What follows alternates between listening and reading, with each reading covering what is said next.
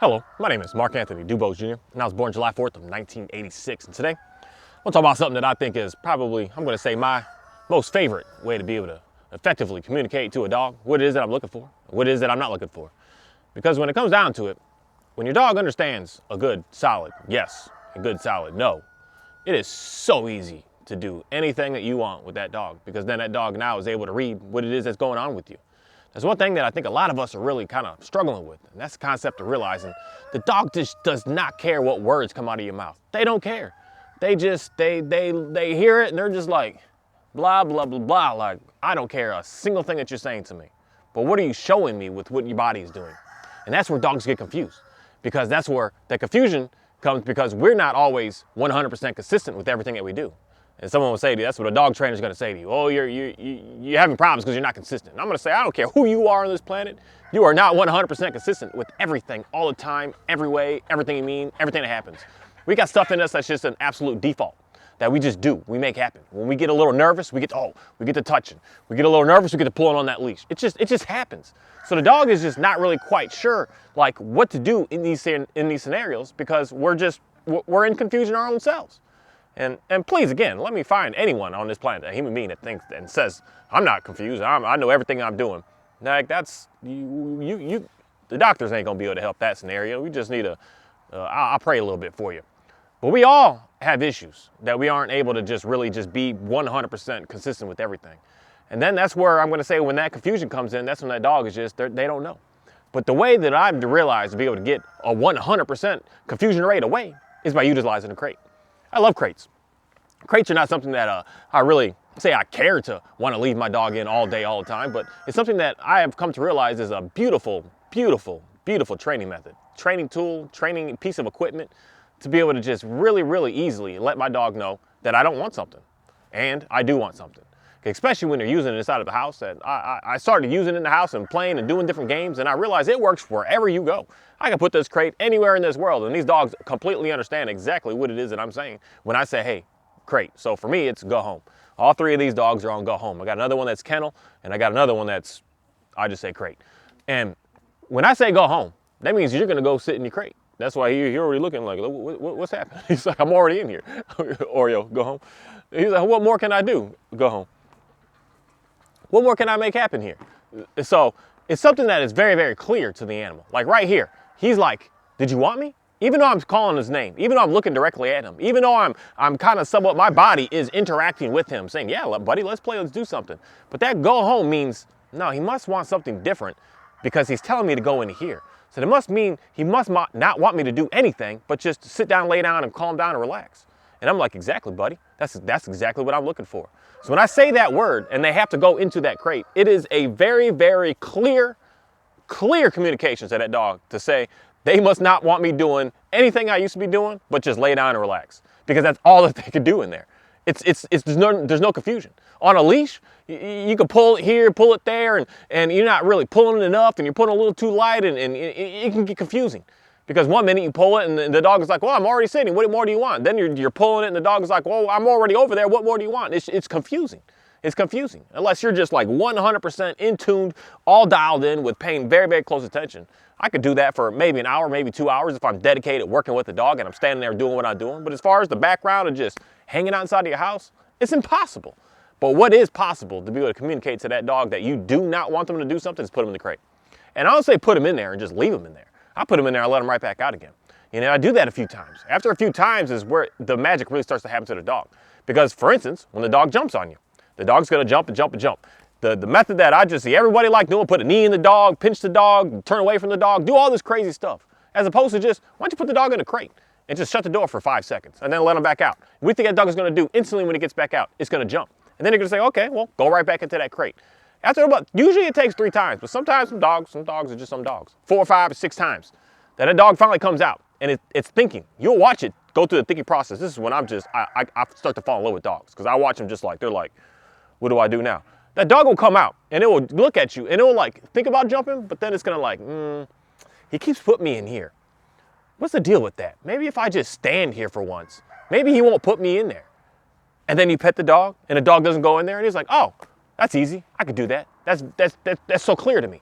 It's so clear because it gives very, very, very concrete instruction to say, hey, that's what I don't want. I don't want this. I don't want that. I'm not looking for this. Because clearly I'm telling you to stay in there and get in there and do nothing in there. You know, or you can get out. You can get out. You don't have to stay in there. Come on. It's telling them very, very clear information. Now this dog, well, I'm going to see what he does here. And I'm going to get him to get a little excited and get him to get a little jumpy and wild to really let him know, because he's already, he already knows. This dog just knows me too good. To let him know like what a good, solid, real all done is. And when we get to playing, when we get to going, when we get to doing some stuff, come on buddy, you can good. When we get to really moving, that's where I'm going to say I love me a good working dog, because their triggers are just good. Their on-offs are phenomenal. We can go into crazy and then go into like super chill, just like almost instantly. All right, Oreo, go home. It's very clear to him that we're done. That means that we are clearly not playing. We're not doing it. He shake it off. He's like, I had all that extra energy in me right there. And he just go, you're good, man. You ain't got to go in there if you want to go. And he realizes, okay, that's a very clear thing. And then he comes back out and then we'll do it again. He's going to test and see like, what can I get away with? And then I can say, hey, Oreo, go home. And he's going to come out again. And he's going to more likely not be all pushy and get all around me. He's going to say, I'm going to do something different here. Something different is going to have to happen, because every time that I keep doing that, I keep getting this. And if I don't want to continue to keep doing this, then maybe I should do something different. It just gets into the dogs to allow them to be able to make the decision, instead of me having to always keep reminding them, keep saying, keep doing it. I want the dog to learn. I don't want to have to be the thing that I hear a lot of trainers say, and when I hear it, I don't know what it is with me, it just gets in me. Where they're just like, oh, you're going to have to manage this, you're going to have to keep up with this, you're going to have to pay attention to this, you're going to have to this, you're going to have to this. And I'm just like, heck no, man. Do you not know how intelligent dogs are? Dogs are so smart that I can tell them what I'm looking for and they'll figure it out. And they'll process it and they'll be able to figure out the situation themselves without me having to constantly keep saying to them over and over again. That's the methods that I am all about with working with some dogs. I don't want to have to keep telling them, I don't want this, I don't want this, I don't want this, I don't want this, please do this, please do this, please do this. I want him to know all on his own, because of what we've been doing, to realize, okay, that's not what he wants. Just like right now, right here, this instant, he just has already realized, okay, he must not want to do the playing thing right now. So maybe I'll just hang here for a second. And this happens to 100% of dogs still, with any scenario that I use this with. The dog is chewing on your socks, I take him, I put him in the crate, and I get them to get calm first. They got to calm down. They got to be able to lay in there and calm.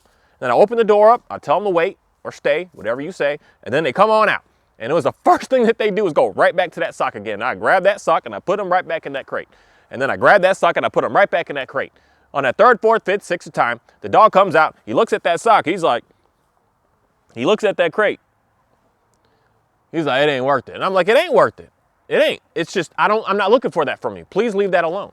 Because what happens is this is the confusion that happens with 100% of us with our dogs in our houses. Not just in your house, but everywhere. I don't care where you are with your dog. Because when we put all that energy of like, don't do that, don't grab that, don't hold that, don't get off the counter, get over there, get off here, Oreo home, go home, get over here, get off here, do this. Every time that we're doing that, because you see how he's like, oh, we're back in it again. We're back in it, go home. We're back in it, because I'm like, oh no, oh no, oh no. It gets the dogs like so energized that they want to do it even more, because they think that that's the game that we're doing here. They think that that's what's happening here. They think that, oh, that's okay, I can get into the middle of that. And that's why for him, we just had that. We just had that scenario. He's like, oh, what's happened? Let me get out there and go play again. It's like, no, dude. It's not what I want. And it's so clear, because I just tell him, get in the crate, dude. And he's like, oh, okay. You must not like that. That's why for me, even today, I work on him, because when I do get in an excitable state, he's like, oh, it's time to play. It's time to party. But I'm trying to explain to him that no, that's not always the case. There's times that I could be in an excitable state. I could talk, I could laugh, I could giggle, I could shout, I could do what I do, but it doesn't mean that we're going to go have a party and start to play. So this is a beautiful thing for me to be able to always, in every one of my videos, I'm always training my dogs, trying to get them to be in a better place. When I stand, they all act so perfect. It's when I sit down, that's when things get like so complicated. That's why I sit down in my videos. If anybody wants to ask, figure that out. It's to train my dogs to make sure that in every scenario, every situation, everything's good to go. But it's something that is amazing tool to be able to use is a crate for a dog, to get them to understand what we want. And a lot of times the dogs are, let's go into the case of scenario, that the dogs are going wild and crazy in the crate. You are explaining and communicating to that dog, I'm going to say this over and over again so that we all can really just figure this out. If your dog is going crazy in the crate, it's because you're telling him to do it. because you're going crazy watching your dog go crazy. And that dog is not listening to the words that are coming out of your mouth, but the body that you're portraying out. So when you're just like, oh no, stop, oh no, oh, it's okay. Especially, this is the one thing that I'm gonna say that I think a lot of us just fail at with crates. Because we put our puppy in there and we get our dog, it could be 8, 10 weeks old, it's brand new, and we just put it in that crate and think that, oh, it's just gonna sleep in there. You just removed it from its whole family. You just removed it from his mom, his brothers, his sisters, the people that it's always known its whole life, and then you put them in this foreign thing. They're coming to a foreign person of you, and then you put them in there. Of course the dog's gonna scream. Of course the dog's gonna be terrified. And then you're just like, it's not worth it. It's not gonna work. My dog he's scared of it. Of course he's gonna be scared of it. You just remove that dog from absolute pleasure. All of its life, all that it's ever known, everything in its first scene, when it first opened its eyes up, you just took it and you stuck it somewhere completely new. But the main thing is you gotta work past that. Because the one thing that we do is we put them in that crate and then we just sit there and stare at them. And then the dog starts whining and we're like, oh, I know what you're thinking. And don't try to tell me that you don't do this as a human being. Because if you don't, then, like I said, I think you need to go back to the doctors to figure out some things. But if you're staring at that dog and that dog starts whining and whimpering and crying and doing what it's doing, you're gonna get in your little heart of just like, I'm sad. I wanna help you. What can I do to make this better for you? How can I be able to bring some more pleasure to you? I don't want you to be sad. Please don't be sad. That's what you're going through. And if you're not, you're a psychopath. And more likely you don't have a dog. But you do. You look at it like, I wanna help that baby from stop crying. I don't care if it's an 8-week-old or 8-year-old dog that you just picked up, you just got. When they're crying in that crate, you have it in your heart that's just like, you want to do something. And that dog is reading that off your body. And he's like, hey, you could do something about it. Get me out of here. And then the dog is just, what I'm going to say is where the manipulation starts. So the dog is going to start pushing you and say, hey, you can get me out of here and I'll stop doing this. And the dogs learn that one time you do it. Dog whines, you let them out. Dog's like, okay, if I just whine, they'll let me out. If I bark next time, they'll let me out. If I dig and go crazy next time, they'll have to let me out. If I break my own self out of here because they're still not getting me out of here, I'm gonna get out of here. And then you end up having to buy from these companies that sell these $1,000, $2,000 crates, which is just strange to me on why anyone would have to get to that point, that your dog has gotten to that point. That again, I'm gonna say it's because we as humans have created that dog to be that way. It has nothing to do with that dog. You give me that dog that you need this $1,000 crate to hold, I will hold it in this crate. No wire, no nothing. I just put it in my ranky-dank one that this dog stays in, and he's gonna stay in there. He's gonna relax because I'm gonna communicate effectively to that dog of, we don't do that. So again, if your dog is going crazy in that crate, it's because you're telling it to do that. And I know this because I get many and many of dogs that have a horrible separation anxiety where they just flip out and they're drooling and going crazy in these crates and they're always trying to break out. I get dogs that are just obsessively barking, just will not want to stop. And I get them here in my house and 2 days later, they look like this. It's just what it is. It's us as humans that is communicating that to that dog. And then the main thing is, once I get the dog to hang out in there and stay, doesn't mean that it's going to do that for you. It just means that it may be easier for you to be able to follow through with it, but if you are still doing the same stuff that you're doing, the dog is still going to act crazy in there. It's for us to be able to look at them and just be like, oh, you're in there, you're in there. Okay, I don't care. I'm focused on this over here. One thing that I really like to be able to just tell some folks is, your dog is whining, barking, crying, turn the TV up a little bit more. The dogs understand that. They know. They heard the volume, and then they're like, wow, they turned it up on me. What the heck is going on here? Like, what's happening? The dog is going to have no choice but to just start to get into its brain of like, oh, okay, I see what's going on here. And then at the same time, there's some really amazing drills to do with the crate to be able to allow them to come out and making sure that they're in a calm state before they come out to get them to stop doing such a thing. I may have to make a video on that at some point someday, but again, a lot of this stuff doesn't work with everybody. It only works when you're in the mindset, you're in the way of being that is explaining that to the dog. Again, I don't care what you're thinking and I don't care what you're saying. I care what's going on with you, inside of you, that's communicating to that animal. So the way that I'm able to easily get my dog to go in there, I don't even have to touch them to put them into their crate. I just say, crate, home, do what you do, and y'all make it happen. Sometimes I can just look at them. I'll just give you that look like, you know you're wrong. And they'll walk all the way back to the front patio and just get into the crate and just sit down. And it's like, all right, are we good now? We good now. Because I clearly am not looking for that from you. But to start, you just grab you a flat collar, you put it on the dog, and you just put him in there and you shut that door. And that's going to be able to give clear instruction to that dog. You do not want them doing what they're doing. You want them to stop. You want them to quit. And again, I got to go on to this anxiety stuff because something that I just see all the time, that I get it, but I'm like, well, yeah, you're causing it. And once we realize that we're causing it, we're going to start to have a better dog. But you get that dog that's like, it follows me everywhere. It's always around me. It doesn't let me go. It's always trying to be next to me. And then I work your dog for a little bit, and I give your dog a little bit of separation to know, hey, dude, you're a confident being. You can go off and do what you do. The first thing we do as humans is what? We go follow that dog. Oh, where are you at? What's going on? What are you doing back here? What are you doing over there? It's us that's driving that dog to be that way, to be crazy. Give the dog space. Give the dog a time to be able to just be on its own and just chill. Stop checking up on them every 2 or 3 seconds. They're pretty precious, but they're not like a human child. And even human children, man, the way that some people raise your kids, you raise your dogs better than you raise your kids. You care, I don't say raise them better, but you care about them more than you care about your kids. And these dogs they're tough, man. You don't need to feed them all day, every day, all the time. You need to be giving them attention and affection all day, all the time, every 15 seconds. You can give them some space. Give them some space. Let them be able to explore some things. Let them be able to check out some stuff. Let them be able to sit on the couch by themselves over there for a moment. Don't be all smothering all on top of them. You're the one that's causing that smothering. You're the one that's causing them that anxiety. When you give them a little bit of freedom, the dog is like, cool, chill, we're good. Everything's fine. I don't need to be all about you. I'm good to go. You can leave and come back home and everything is all right.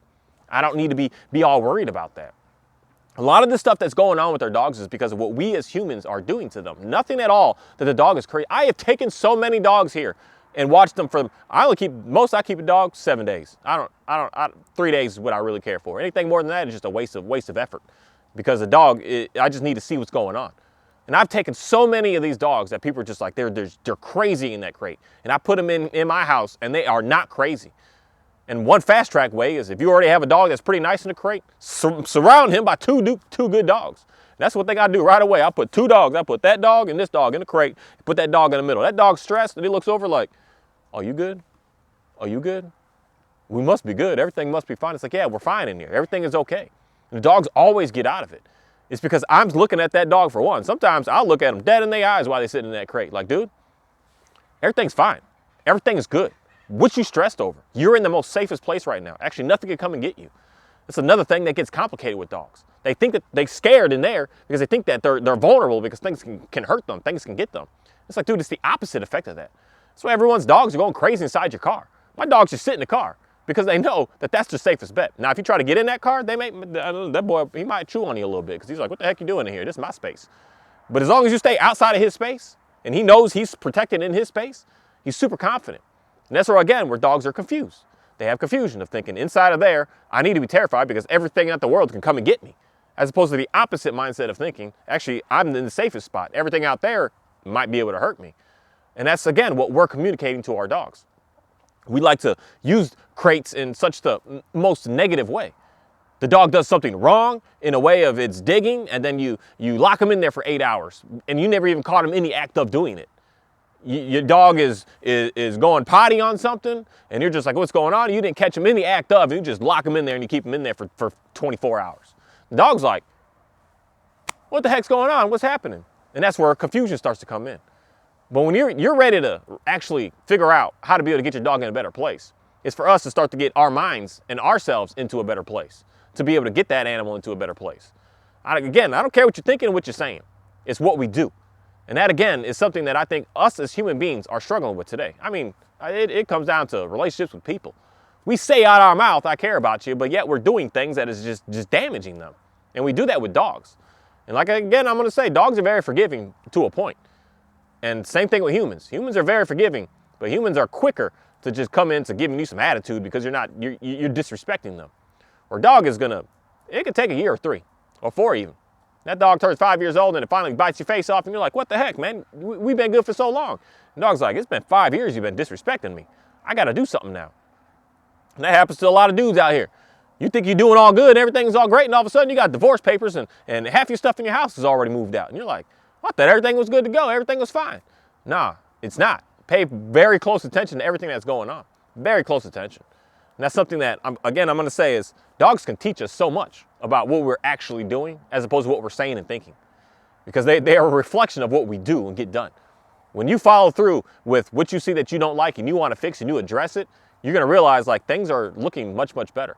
But if you just let it slide, you let it go, you let it happen, you're going to watch things just continue to keep on getting worse and worse. And that's why the dogs are an amazing, amazing asset to us in our lives to be able to help us be able to get into a better place. And it all starts with basic communication, with making sure that we're doing what we're saying what we're doing, and being able to verify that we're getting done what we said we're going to get done. And that's something that I think a lot of us just slack on. Like I said that, so I assume. Don't assume. Make sure that it's good to go. Make sure that everyone's understanding. Make sure that everything is figured out here. Don't just assume anything. And when you start assuming, that's when you're going to start to get into a lot of dangerous situations. And when it comes down to these dogs, when they start acting all crazy and all wild and getting savages out of that crate and they're all anxious and going wild, stop and think for yourself, for your own self. How are you feeling right now?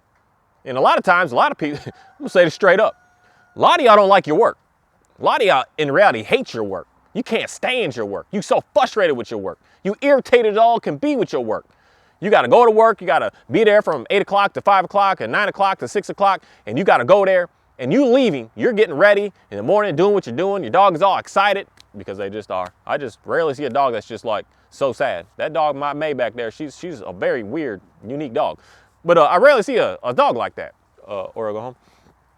And they're usually super excited, and then they start watching you excited at first, and then you get to that realization, I gotta finally get to work. I gotta get to work, and you just get this this high level of anxiety, this high level of pressure in you, this crazy amount of stress. And your dog is seeing that. Your dog is like, don't go to that. Stay here with me. We having fun. Don't leave me for that. Like, look at you. You crazy. Like, you are so stressed out. Why would you want to go and put yourself through that? And then you're leaving your dog in that state of like this fake smile. I'll be back. Everything's good. After my work shift, we'll go for a walk. And your dog is looking at you like, woman, man, you think I'm a fool? You think I'm crazy? Like, you clearly not right. So then your dog starts to get into this, like, what dogs love doing is get us excited, get us happy again, get us to be good to go. And then the dog starts to go a little wild. And then we're like, no, I gotta go. Everything's fine. And then you go through this battle back and forth every single day. No, I'll be back. And then the dog's like, no, let's play. And you're like, no, I'll be back. With this fake persona that you're putting on because he hates your work. It just is what it is. Not everybody enjoys what they do. Some people, we just got to do what we got to do sometimes. And you're giving that language to the dog. Then the dog is just looking at you like, nah, I gotta do something. Then that's the dog that breaks out the windows and jumps off the balconies and chases you down the street and does all this wild, crazy, and puts themselves to death because they're trying to figure out how to be able to get to you, to get you in a better place. Because you're going through this battle of just mass amount of confusion. And the dog is starting to get nervous and worried for you. And then you're wondering, like, why is this dog acting like this? Why is this dog hounding me? Why is this dog being like this with me? And then at the same time, the opposite side of that, some of y'all, I don't know why you're still staying in a relationship like this, but some of y'all got a husband, a wife, a boyfriend, a girlfriend inside of your house that you just can't stand. You're just like, dude, why are you still here? Like, you trying to do everything you can to sabotage this situation, but yet they're still there. You're just like, what the heck is happening here? And your dog sees that. So you come home, and your dog is looking at dude like, I know you don't like him. I know you don't like him. So then the dog starts to be so smothering on you, so pushy on you, so crazy, so wild, so just absolutely maddening with you. And then you're just like, what's going on here? Why is my dog like this? It's like because you're living with something that you just can't stand. You're living around somebody you just, in reality, is starting to just hate. And you're just dealing with it day after day after day. And your dog is watching you like, what the heck is going on here? Then you got the weird scenarios where you act different around people compared to by yourself. So your dog sees you when it's just y'all and you're like one way, and then you're around other people and then you're like a whole nother way. Then the dog is like, what's going on here? They can't handle that. They can't keep up with that. And if a dog can't keep up with it, why do you think that a kid can? And a lot of us, we got kids in the house and we do stuff like this. It's stuff that we should really think more about with issues that we have with our dogs. And not just think that, oh, I need training on my dog. That'll make it to be better. No, in reality, straight up, we need training on ourselves as human beings. And then my dog will look better. And when you look at life that way, you're going to start to see just an exponential change, transformation of everything around you. Everything. Because you're no longer going to say to yourself, if that just gets better, then I'll be better. As opposed to you're going to start to say to yourself, when I get better, I'm going to watch that get better. When I'm better, the house is going to be clean. When I'm better, my dog's going to look good. When I'm better, my husband's going to be nice. When I'm better, my kids are going to look really, really good. Not when my kids look good, I'll be better. And this life just doesn't work that way. And I think that that's where a lot of us are failing with it. Comes down to some dogs. Again, I need training on it. No, you need training on yourself. And once we get training on ourselves, we're going to watch the majority of the things that we used to get frustrated just start to disappear. I don't know how many things that used to just frustrate me in life, just countless amounts of things, until I realized the one thing that's out there that I'm just realized is the one key thing. I'm the one that's in the center of everything out here. I'm the one that's in the center of all of this. All these chicks back here, all my roosters in front of me, all the dogs, everything. I was like, man, I must be the one that's got the issues. Because everything else out here is just doing what they're doing. You know, that one's not having a problem with that one, and that one's not having a problem with that one. None of those problems, but I'm just having problems with them. So it must be me, right? I'm the one that's got the issues going on. It's something that a lot of us should really just start focusing way more of our time and our energy on than worrying about some simple dog training. Getting your dog to be able to stay in a sit stay and a down stay is not going to make the dog be able to get into a better situation with its anxiety, with its fearfulness, with its pushiness, with anything with it. The only way all that's going to go away is when you get that to get away from your own self. And again, I can come up with and say a million different scenarios of why I can see that dogs start to become anxious.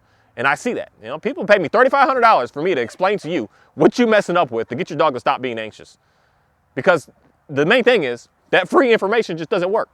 I can put it, as soon as you put a dollar amount there, that's when you're going to listen. And in reality, you're going to have no choice but to listen because you're going to want to be able to follow through. You're going to want to follow through. And you have to follow through. And then when it comes down to the realizing, man, it really isn't a dog training thing, it's a me thing. You're just going to, that's the thank yous. I appreciate that. That's the real success. That's the real help. I can help you with your dog with some basic stuff. But in reality, the main thing that I need to help majority more people out is with you. Why are you so anxious? Why are you so fearful? Why are you so depressed? Why are you so hurting? Why are you so destroyed? Why are you struggling with all these things? And that's why for me, the main way, like I said, people pay me a lot of money to talk about something that a lot of people don't want to listen to or hear anything about. But people pay me a lot of money to think you work with your dog to get your dog in a better place. And you watch your dog get better in a better place in a matter of hours and minutes in reality. But the main thing that you really need help with is figuring out that what's greater than me on this planet. And that's my main message of life that I really like to talk about and I really like to be able to share with people to help you be able to get truly into a better place. And that's to pick up a Bible and just start reading some passages. That's a find you a passage to start listening to start to figure out what the heck is going on in my life. That's figuring out how to be able to get closer and closer to the one true creator that created all of this and created everything out here. You're going to find yourself in a better place, in a better case with every single thing around you in your life once you figure that out. Once you actually truly commit yourself to that. And it's fascinating to me that people would pay for that information and live that information and appreciate that information. Even if you don't even believe that information. It just is what it is. And when something just works and you get success from it, you kind of just don't have a choice but to just recognize and realize that there must be some reality behind it. And that's for me to just really explain and be able to say to you, there's reality behind realizing that there's something greater to this dog, which is me. There's something greater to me, which is God. And once you start to understand that, you're going to start to be able to understand how to be able to work with this simple animal. The way that God looks at us is just simple creatures. We're just so simple. We're so basic compared to what created all of this. And that's what a dog is to me. It's so simple. I mean, they're so easy. They're just crazy easy. But the only reason I know that and understand that and have that in me is because I know that something is greater than me that's created all this to be able to give me that information. And it's something that I just think is absolutely fantastic.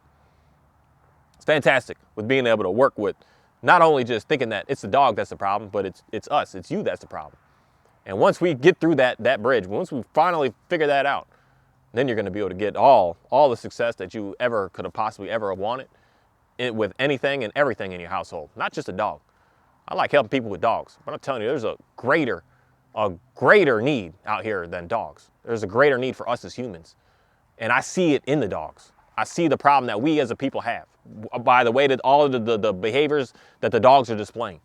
When I see that there has to be a company out here to create these indestructible proof crates that are $2,000-$3,000 that the dogs can't break out of, makes me think like, how wild are you inside that's gotten that dog to be able to be that way?